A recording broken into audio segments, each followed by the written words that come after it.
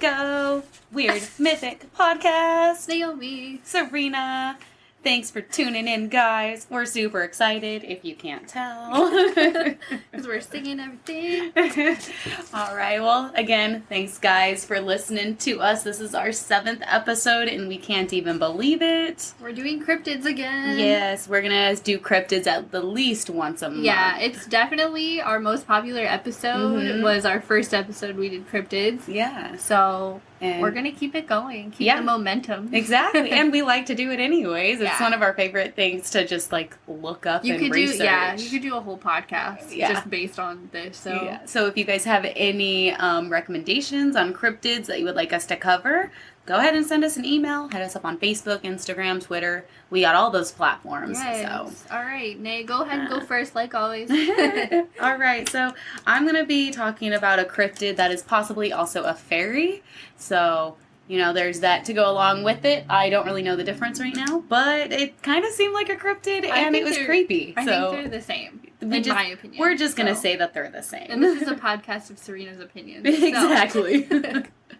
All right, so I'm going to be talking about red caps. They're also called bloody caps and powrie. That is spelled Powrie, so sorry if I mispronounced that. These are a type of goblin / fairy that are in Scotland and England. So the red caps are goblins that live in old broken down castles in Scotland and England, mainly in border castles, which are between Scotland and England. They were built to obviously protect the borders of each country when they were at war. They do prefer castles with a violent history. Oh, lovely. Which is one reason why they're in border castles, since that's where a lot of, fights were going on, wars were done, people were being killed. There are some rumors saying that the border castles, their bricks, the foundation bricks, were actually soaked in human blood. So that's one reason why these goblins are around, is because not only is there a violent history, but possibly the soaking of these foundation bricks in human blood could have actually almost attracted them to these places. Thank you. Like a bloody lighthouse. Pretty much, yes. The thing is that usually when you have, like, a goblin or a fairy or something around your home, it's supposed to be for, like, protection, right? And, like, how these red caps were supposed to protect the castles and the castle grounds. However, they are murderous. Oh. So they're not really protecting anything but themselves and the castle. These goblin-like creatures are short. They look like very old men, like, all of the puckwudgies. Kind of, yeah, exactly. Gross. So everywhere I read that they're like these short, creepy old men. Sorry, old men, but that's how everybody Do any old men listen to our podcast? I don't know yet. They also have very messy and like wiry hair, and it's all crazy. They have glowing red eyes, and they're also said to have talons for hands and feet. Picture that. They are said that if they get close enough to you, they will rip you to pieces. And if you don't get close enough, what they try to do is they hurl giant rocks at you so that they can hit you and, hopefully get you to go away, but they're really trying to kill you. And they're also extremely fast, so you can't just outrun these things. And what's also strange is that they wear iron boots, and they carry a sickle with them as well. So they're running after you. These short, creepy old men with glowing red eyes are running at you with these giant boots and a sickle trying to get you, okay? And I'm picturing like a kilt too. I don't know why. Like might as well. So just imagine you're walking up onto this castle, and it's pretty, and you just walk in, and then these weird guys just start hurling rocks at you and running at you with a sickle. I'm scared and running away. Say less, I'm out. So, why are they called not blood caps, but red caps or bloody caps? The reason, they're attracted to blood? Not just that, they actually have to kill people that come onto the castle grounds and soak their hats in their blood. They do not eat you. They do not suck your blood like vampires. They just soak their hats in your blood after they kill you and rip you to pieces. But why? Because if they don't, they will die. What does the hat have to do with That is the point. If they do not continuously soak their hats in human blood, then that red cap will perish and die. So, that's why they're called that. So can you really blame them? I guess not. That's the only way for them to live, and they're just trying to get along, and, I guess if you get in their way in their castle, they're going to try to kill you, so just be careful if you're out there in Scotland and England, and all of a sudden rocks are being thrown at your head. But the only way to get them to get away from you, I did find one source that said, or not one source, but one way from multiple sources, if you have a cross or a crucifix, and if you start reciting Bibles, stuff. I don't know then Bible stuff. Apparently what these red caps do after you're reciting the Bible and telling them to go in the name of Jesus, that they disappear in a cloud of smoke, but they leave behind a very long tooth. So it's just sitting there on the ground after they disappear. Ew, what? It's disgusting. I don't like that. They just leave a tooth behind. I don't like any part of that. Right. So I found one story Ooh. of a Lord Solus, and that's Soules. Okay, Solus. It is Solus. That's okay. what we call our manager. Lord, he's a ginger. Lord Solus. Yes, our manager. Sorry, not really. Sorry, not sorry. Yeah. So apparently this Lord William de Solus of Hermitage Castle, he made a deal with the devil, who appeared to him as a red cap. And this deal with him was for him to pretty much give the red cap his castle lands, keep him safe. You have free range to kill anyone who comes down here. What he got in return was that he is impervious to metals and ropes. So Lord Solus pretty much couldn't just be shot with an arrow and died. He couldn't even be hung and died. And he wasn't a very nice guy. Just flat out putting that out there. He does not have a good reputation. The name of his red cap is actually Robin Redcap. And he has a name. Yes, he has a name, Robin Redcap. Just a few things about Mr. Solus over here. In 1320, he attempted to kidnap a woman. Her dad tried to stop him, but then Solus killed him. And other villagers tried to run after him and to kill him because he tried to kidnap this woman. Obviously, that didn't work because he was impervious to all of those things. But Solus ended up having one of the men who were trying to help this woman invited him back to his castle at one point just to be like, hey, I'm sorry. Let's, no beef. Let's crush this. Well, William Solus decided to stab him in the back instead. Literally? So, yep, literally stabbed him in the back and killed the man. And then in 1321, people around the castle and castle grounds were complaining to the King of England, who I believe was King Robert. Yeah, King Robert actually started complaining and sending in inquiries to be like, hey, this guy is not a good guy. He's either starving people, he's not providing them with stuff that they need. As a lord of the land, you're supposed to do that. So King Robert actually put out a death sentence for him. And since they were unable to really hang the man like they wanted to, they boiled William in a pot of lead. And that's how he died. So, yeah. But that is just a rumor. Okay. Because there's another rumor saying that he died of natural causes, pretty much in a dungeon. But either way, he was unharmed by people trying to kill him and hang him.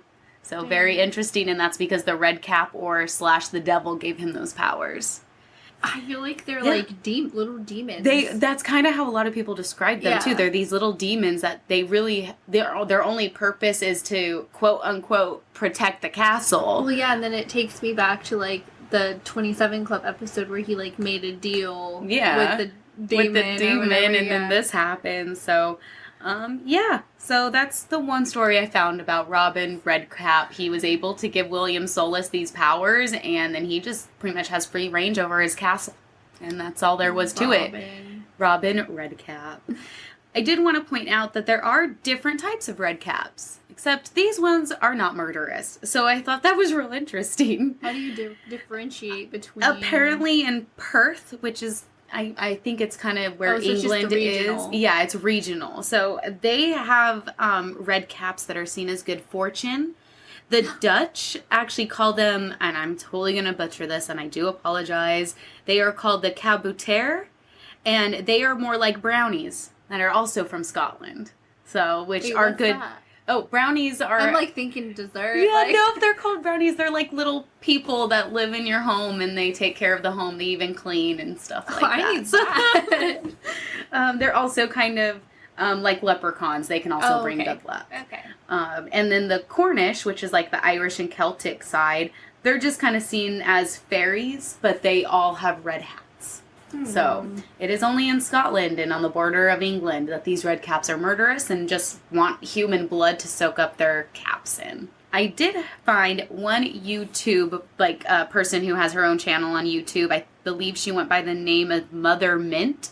She does a lot of, like, fairy and occult kind of things, but it's all light magic and, you know, fun and happy stuff. But she did have her own encounter with a red cap. And her encounter, it was not at a castle. It wasn't on castle grounds or anything. Yeah. It was actually, she was in a bedroom, and her brother was in the same bedroom.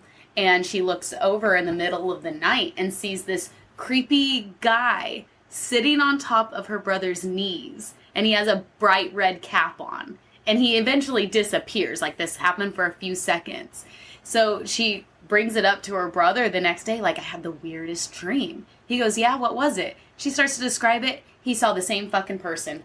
He said he saw somebody sitting on his knees with a red cap and a giant, like, Joker smile almost. So, really freaking creepy if you ask me. But something that I thought was interesting, that when I was reading this, and how I mentioned that the red caps will have metal or iron boots and a sickle. That's all made out of iron. But all the lore that I know of, fairies cannot touch iron. They're actually allergic to it. It'll burn them. Huh. Well, what it is actually, and I thought that she explained it perfectly, and I completely agree with her, that when Catholicism and Christianity came into these Celtic regions where they already had, you know, their own influence on what they believed in, and then they were bringing in Jesus and the Bible and everything, iron is supposedly something that came from the gods. Or from God, sorry. And so she believes, and I completely agree with her, that when that influence came in, that's why a lot of the fairies can't touch iron, because they're not God-like or Christian-like or Catholic-like. Well, so I think it's just the influence from them, because they were all trying to convert everyone and get rid of what they already believed in. So. Aren't fairies kind of like evilish or like mischievous? Mischievous, I'll agree with. I don't think that they're all evil, though. We'll have to do an episode on that. Yeah, we will, because I'm always interested. I think it's on fairies. Our list, actually. Yeah, but so I don't know too much. It'd be nice to do some research. But yeah, so those are the red caps of Scotland. Be careful. Yep. 10 out of 10. I don't want to meet that motherfucker. Right? In the castle. I don't either.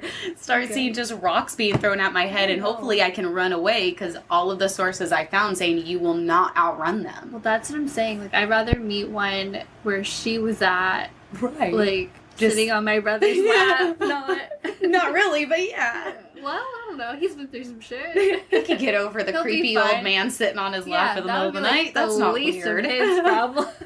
And then if you I think it's interesting that even if you start reciting Bible verses, that they disappear, but they leave behind a tooth. I don't know any Bible verses. I would, like... Besides from the exorcism, like, would that work? I don't know. I don't even know that. I only know the power of Christ compels you. Exactly. Right? Do we have to start doing the whole, what is that? Now I'm thinking of that movie Deep Blue Sea, where he starts reciting, I now walk through the valley of the shadow of death, I shall fear no evil. That one? Song, like... Well, I mean... LL Cool J is in Deep Blue Sea, and he's the one reciting it. Just start rapping to the red cap, like... It might work, who knows? They're just so confused that they forget that they were trying to kill me. Exactly. So, Beware of the red caps if you're ever in the Scottish borderlands. Yeah. All right, Serena, take it away, girl. All right, so I am going to be covering a cryptid that a lot of people already know about. I feel like it's super popular. Mm-hmm. It's in a lot of different shows and this and that. Mm-hmm. It's the Wendigo or Wendigo. Wendigo. You can say either way. I'm just going to say it really fast. Wendigo. They're creepy as fuck. All right. I'm ready because I don't know a whole lot. I know, like, I've seen pictures or, like, drawings of what they're supposed to look like. And the only thing I think I know of them is that they're tricksters. Yeah. Aren't they all? Pretty much. Aren't they all? Either murderous or tricksters. I think they're more murderous. Oh, no. I don't think if they get their hands on you, I don't think they're going to just trick you. I think they're going to eat you alive. Oh, shit. Yeah. At least the red caps don't eat you. But I mean, like, they still want to rip you apart, which is still wrong. No, they like to, like, slowly eat you to death. Great. Like, savor it. All right, so Wendigo roughly translates to the evil spirit that devours mankind. Like, literally, it devours you. It goes back to Algonquin legends, and the Algonquin legend describes the creature as such. Quote, a giant with a heart of ice. Sometimes it is thought to be made entirely of ice. Its body is skeletal and deformed, with missing lips and toes. Missing lips and toes? Yeah, I don't know. Okay. Some Native American versions of this creature spoke of a gigantic spirit over 15 feet tall that had been human at one point but had transformed into a creature by the use of black magic or dark magic, whatever you want to call it. Mm-hmm. Not good magic. Not good. So, yeah, according to the legends, the Wendigo is created whenever a human resorts to cannibalism to survive. Other versions of the legend cite that humans who displayed extreme greed, gluttony, and excess might also be possessed by the Wendigo. Like, they can possess you, bro. Okay. The myth of the Wendigo served as a method of encouraging cooperation and moderation. Okay. So this is something that goes back so far in times of, like, famine or... Right. And that would go back to being gluttonous and exactly. stuff. Exactly. And then the Ojibwe, which we talked about before, yes. They describe it as a large creature as tall as a tree, lipless mouth and jagged teeth. Its breath was a strange hiss, its footprint full of blood, and it ate any man, woman, or child who ventured into its territory. Oh. Yeah, I saw somewhere they were talking about how it enjoys the sweet fat of a child, and I was like, absolutely not. That, like, turned my stomach. Yeah. No. And they're as tall as trees. Yeah, like, motherfucking tall. Man. So you ain't gonna miss them. You know it's there when you're walking by. So sometimes the Wendigo could possess a person instead of eating them alive, and then they're a freaking Wendigo. So, so then you're just screwed. Not only are you possessed, but you're possessed by this lipless 1,500-foot creature. Exactly. Like, and then that person would become a Wendigo, and then they'll start hunting down, like, loved ones and eating them, feasting upon their flesh. And since they look like somebody who they're related to, it's easy for them to, like, get into their homes. I don't know if when they're possessed. Well, okay, yeah, I think that goes more into Wendigo psychosis, which we'll get into a little bit later. Okay. I have a whole thing on that. It's like it's a thing. It's a thing. All right. So among the Assiniboine and the Cree and the Ojibwe, there's a ceremonial dance that is sometimes performed during the times of famine to basically, like, reinforce the seriousness of the taboo. Okay. Obviously, like, don't eat people, right? Right. It's taboo. It's taboo. I think in most cultures, right? Some. Not all. There are some that it's part of a ceremony. I say most. I know, most. Like, not all, but yeah. Alright, so what do they look like, right? Apart from being, like, 15-foot tall trees. So they have glowing eyes. It's, like, depending on the color. They say, like, red, green, whatever, yellow, right?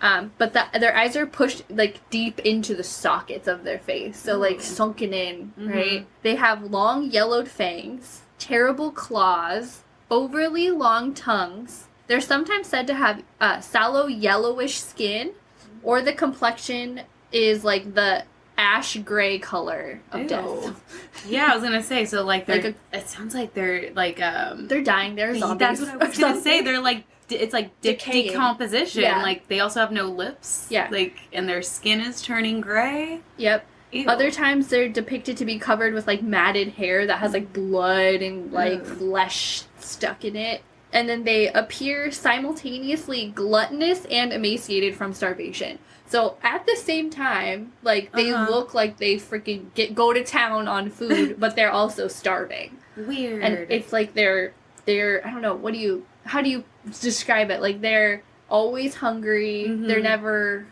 full. Satisfied, They're not satisfied. Satiated. I don't know how to describe that, but they are hungry, much like I am right now. But I am not hungry for human flesh. No. So Wendigos are said to be cursed to wander the land, eternally seeking to fulfill their voracious appetite for human flesh. And if there's nothing left to eat, it starves to death. So they do die? I mean, sorta? yeah, but I don't know. Yeah, because they're a cryptid, so it's not like they really die anyways. Yeah, it's like they're a creature that's part of the earth, so they kind of just roam and hang out.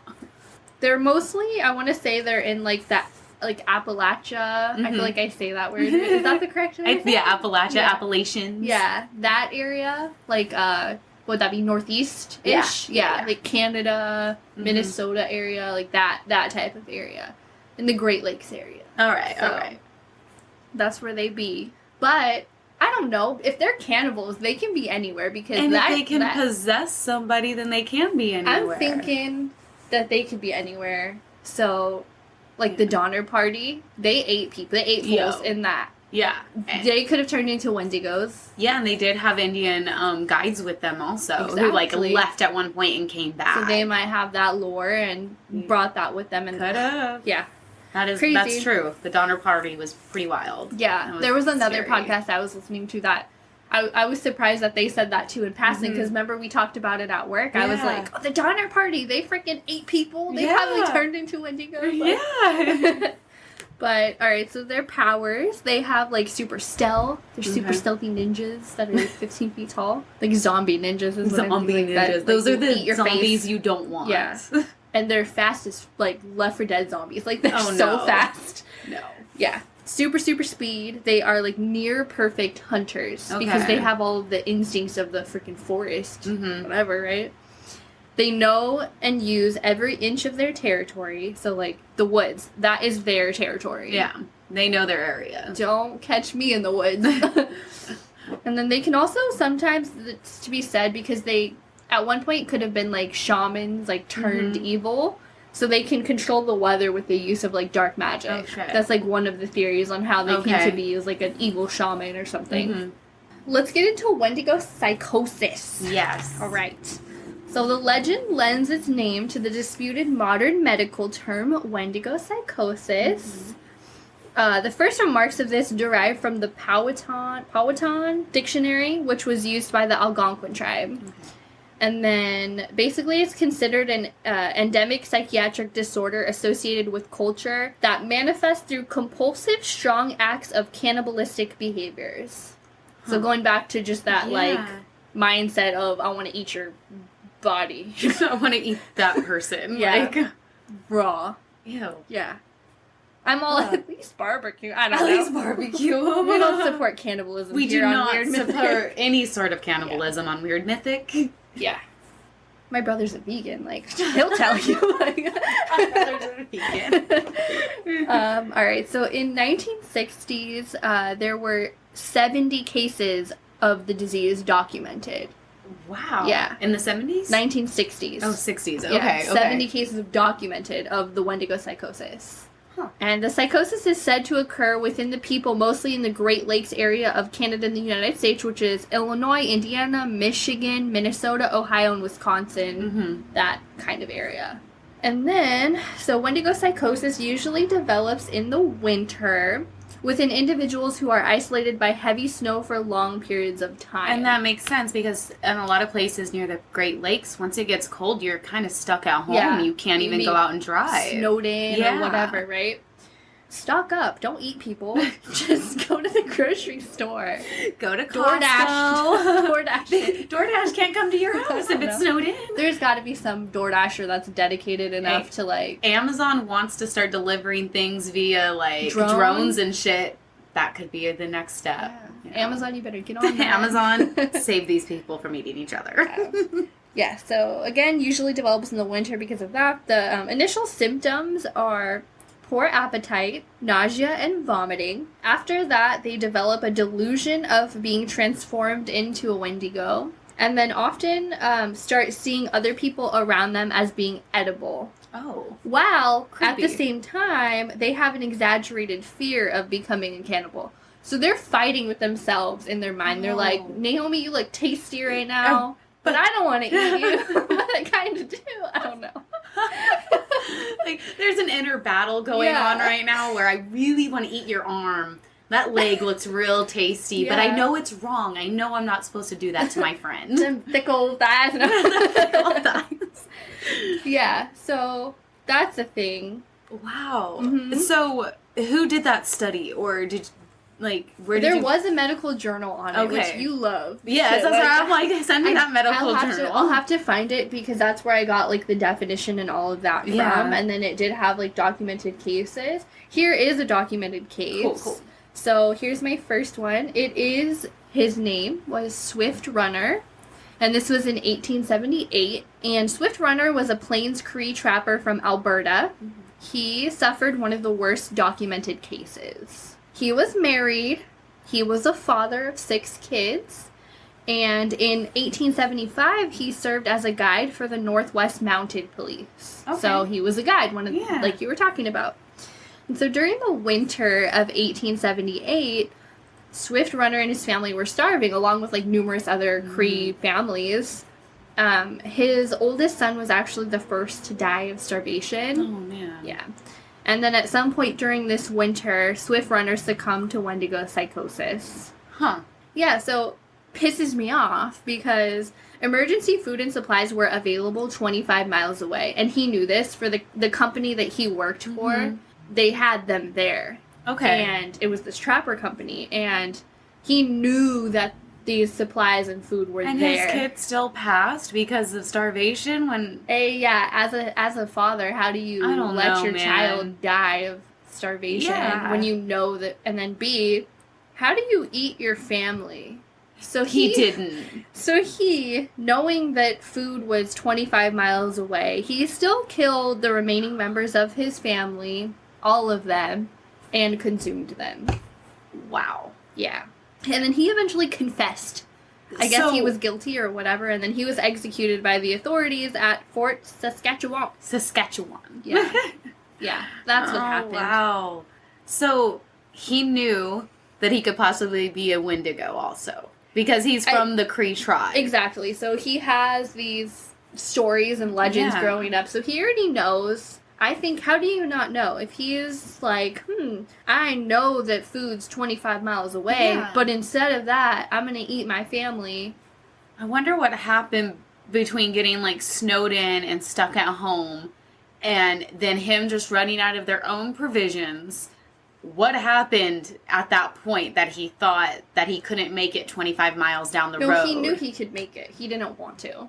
Like, that's the thing. That's the thing about the Wendigo psychosis is it's like, I know I can do this, but I'm not going to, even though I know it's wrong. Exactly. I'm still going to do this. It goes back to the seeing other people around them as being edible. How he was strange. Like, my kids look too tasty. And you did say in the beginning that they start to go after the ones that they love. Once a Wendigo possesses you, now they're looking at your loved ones and your friends and family to go after next. Mm-hmm. How creepy. Yeah. He ate his family? He ate his whole family. Jesus. Like, in over one winter. I don't know. How long does a body last you?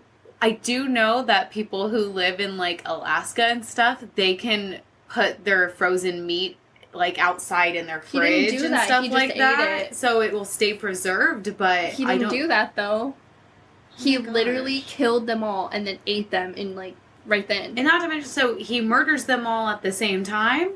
Dude. That's so strange. So that did not have to happen. See, and to me, that, like, I feel like that is Wendigo psychosis because you're gluttonous. You want to kill all of them now. You're not, eat everything right now. Yeah, you're not satisfied. You're not full. You're just eating and eating and eating these, 5 other people? Yeah. Well, 5 other children and your wife. Then your wife.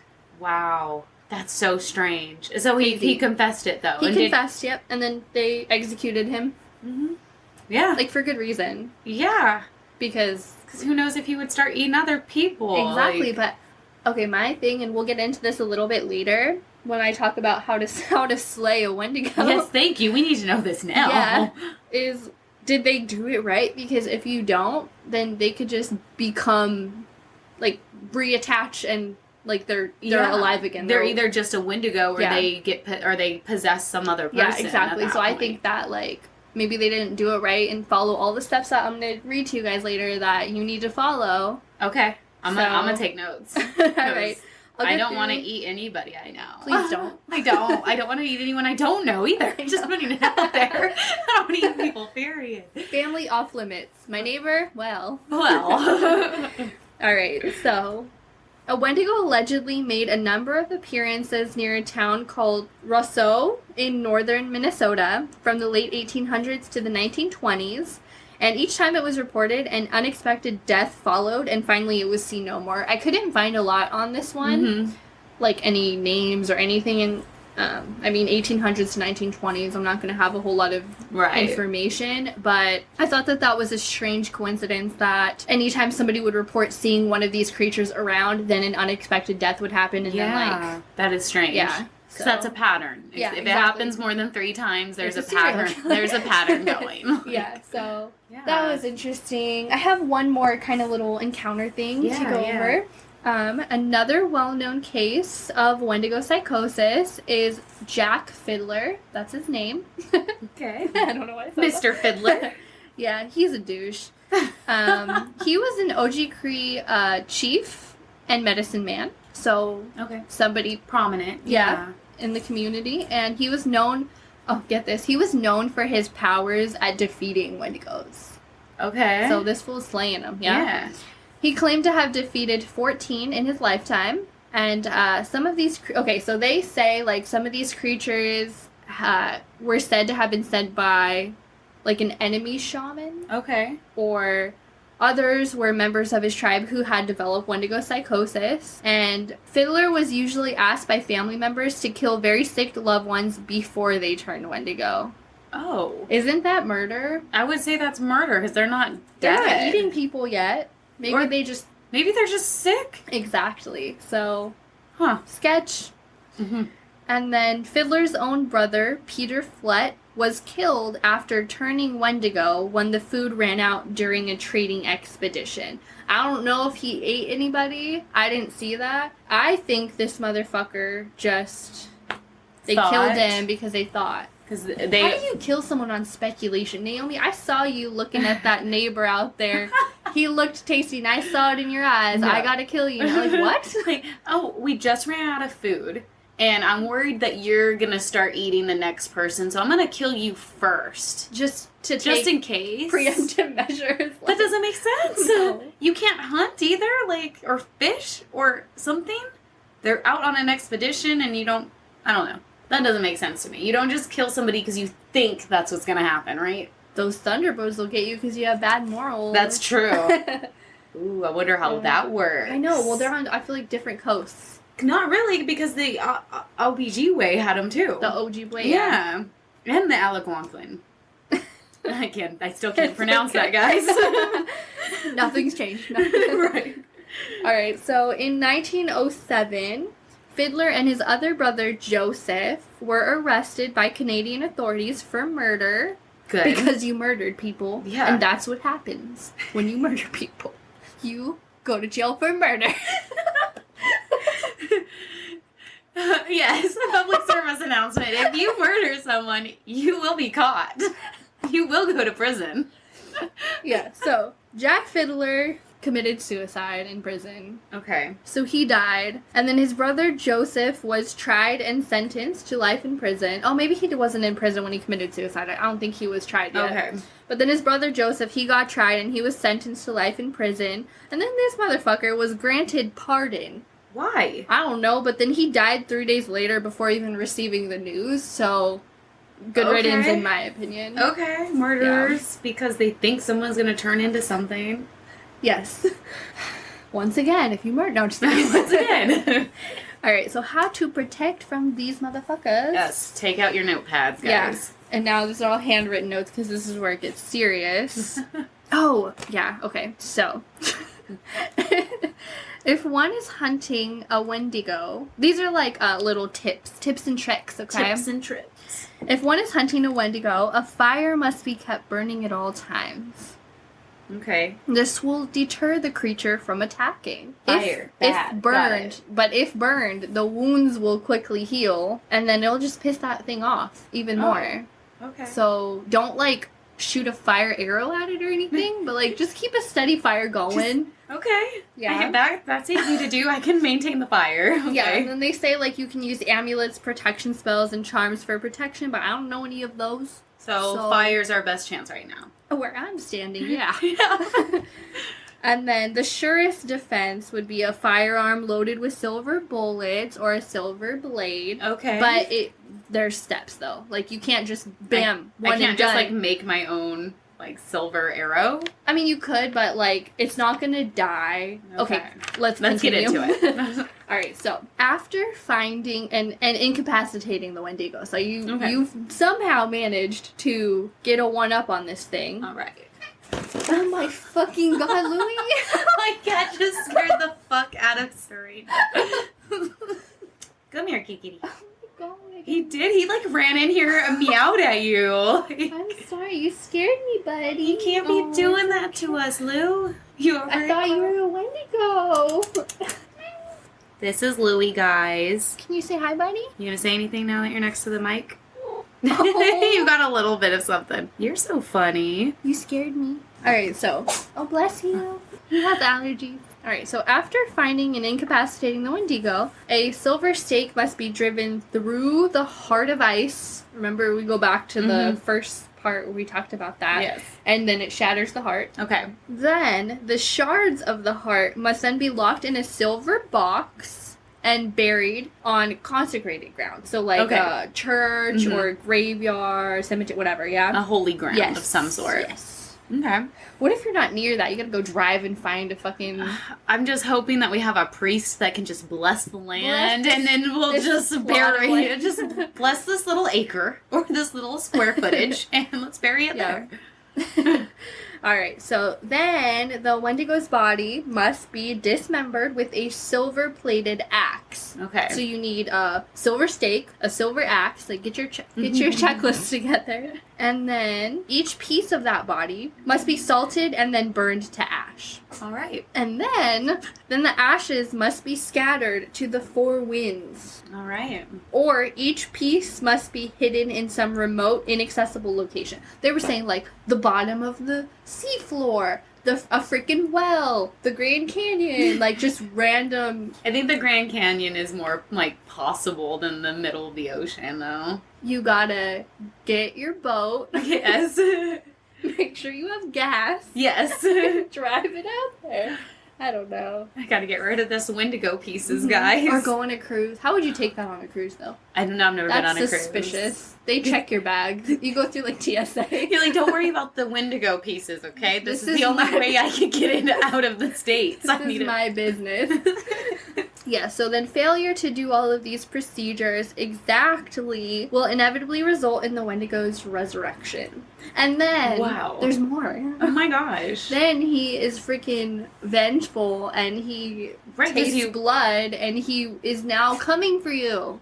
So he will hunt you down, relishing and anticipating the taste of the hunter's blood in every single moment. And then, when they find you, they're not just gonna eat you real quick, they're gonna freaking make you suffer. Oh no. Yeah, they're gonna just take their time. I want a pinky first. I'm gonna take your nose. I don't know what part of the body is the best, but... Apparently Wendigos know. They do. Yeah, so that's that. How to protect from that's one. a lot to get rid of this creature. So many steps. I don't want to be a hunter of Wendigo. I don't want to come in contact with any Wendigo because I'm not sure if I could follow all those steps. I don't even have half of the materials needed. I don't have anything silver. Like, I have my ring. Like, what am I gonna do? Eat it. And that's what I was saying. I'm like, I guess no, none of these are silver actually. So both of these are. You can borrow some. I got my white gold. I have just regular metal. Calm down with your white gold. All right, so Apart from all of that, I did find a TikTok of this girl. She goes by the name of Abby Sabota. I hope I didn't butcher that. But basically, you guys need to go and watch her TikTok. She comes into contact with one. Mm-hmm. And basically what she does is she doesn't look at it. She knows that it's there, obviously, and it's freaking saying her name. Yeah. But, like, in a way that is... She said it's kind of like if a computer were to mimic a human saying her name. That's just creepy, though. So, like, her name's Abby, and she was saying, like, it would go, Abby, Abby, and it fucking scared the shit out of me. That's hella creepy. Yeah, and then she basically put this up here so y'all, can... Follow her. Do what see she her did. Journey from running away from this indigo. And then... Wendigo. Yeah. What did you call I it? call it an indigo. The Winnebago. The Wendigo. And then she posted another follow-up that, like, a lot of indigenous folk were giving her, like, oh, this is some advice that you should share with your followers, which I thought I would just steal that real quick and share it with y'all. Yeah. Thank you, TikTok user. Yeah, and she has a podcast as well. It's called Don't Look in the Trees. Ooh, creepy. Yeah. I like it. So her advice from these indigenous people was, like, don't run. So she walked 1.5 miles away from this thing. Don't look at it. Think of it like a dog with a high prey drive. The harder you run, the faster it'll chase. Mm-mm. And then she said, cedar and sage will help. Bless you, Louie. Puff out your breath with good intention. And then just ignore what you see and hear. Which is really fucking hard to do. Like, especially when it's behind you. And, like, follow you. I'm just thinking, Abby, and she's trying to walk and not run, and it's and the dog, meanwhile, is trying to pull her towards it. Oh, right, yeah. She's taking her dog for a walk, guys. Yeah. And this is when she came across it with her in the woods, dog. like, behind her, like, grandmother's house. And then she said, like, she came across, like, the thing, 6 to 7 feet tall, smells terrible, like death, like rotting flesh. And then when she got back inside, she didn't tell her family what happened, but her grandma was like, what is that smell? Yo. Scary. Yeah. Yeah. Ugh. So go listen to her, go follow her. She has a lot of good freaking content on TikTok. Yeah, so scary. I don't know. Well, I would rather come in contact with a red cap. I would too, because all you gotta do is pull out a Bible and then just start reading from it. Spew some bullshit from a LL Cool J album. But yeah, I don't know. These Wendigos, I think we need to, I don't know. I want to do a little more research on them too. Yeah. Just because I'm like... There's so much. I could have done literally part 1, 2, and 3 on just these. I was trying to cram it in. We're already at almost an hour, so... We're going to have to do something else on Wendigos. For because sure. They also remind me of skinwalkers. And we talked about that too. And they are different. I think in the aspect that skinwalkers, are more of shapeshifters. Right. Wendigo, kind of what you see is what you get, apart from when they possess people. Right. But creepy. Very creepy. Bless you. And yeah, I think I have a better chance of getting away from a red cap than a Wendigo at this point. So the verdict is in. We'd rather hang out with a red cap than Wendigo. Yeah. Well, damn, good job, Serena. That was creepy. Oh yeah, in the Supernatural episode, it is season 1, episode 2 of Supernatural, guys. We all love it, right? It's so good, and yeah, they burned it with a flare gun in that episode, spoiler alert, but, like, they did not follow the steps, so now I'm confused. I don't think they got it done then. I don't think so either. I think that might pop up in season 17, and they have to go back to Colorado and find this Wendigo. Yeah. Well, alright, guys. There's our red caps and very creepy Wendigos. Yeah. Great, episode 7. Yeah, we're very happy you guys continue to join us on this wonderful journey. Yeah, thank you guys again for all the support that we've received. Oh my gosh, the podcast community is freaking amazing. Yes. I don't know if we would have made it this far without, like, the kick-ass community and just everyone being so helpful. Yeah, any questions that we've ever have, I mean, I know Serena just puts it up on Twitter and people immediately respond. And we're real grateful for all of you for just any of your tips and whatnot. Help us out. Speaking of Twitter, we have social media. You guys can oh, sorry, Louie, I stepped on his tail. Sorry, dude. Oh. I'm so sorry. He's like, you disrespected my entire life. Oh my gosh. Right. Yeah, so social media, we have Twitter, which is Weird Mythic. Yeah, and we're also at Weird Mythic Podcast on Instagram, and I think it's just Weird Mythic on Facebook as well. Yeah, and then we have an email address. I would love to hear from you guys. We need more stories. Yes, we still need stories on sleep paralysis. And I think there was something else also. What else were we asking people for? Theories on... Just theories on all of our episodes. Louie, you can't keep sneezing next to the microphone. All right, well, Naomi, Louie, and Serena, we're signing off, guys. Yeah, thanks again, and we'll talk to you guys soon. Bye.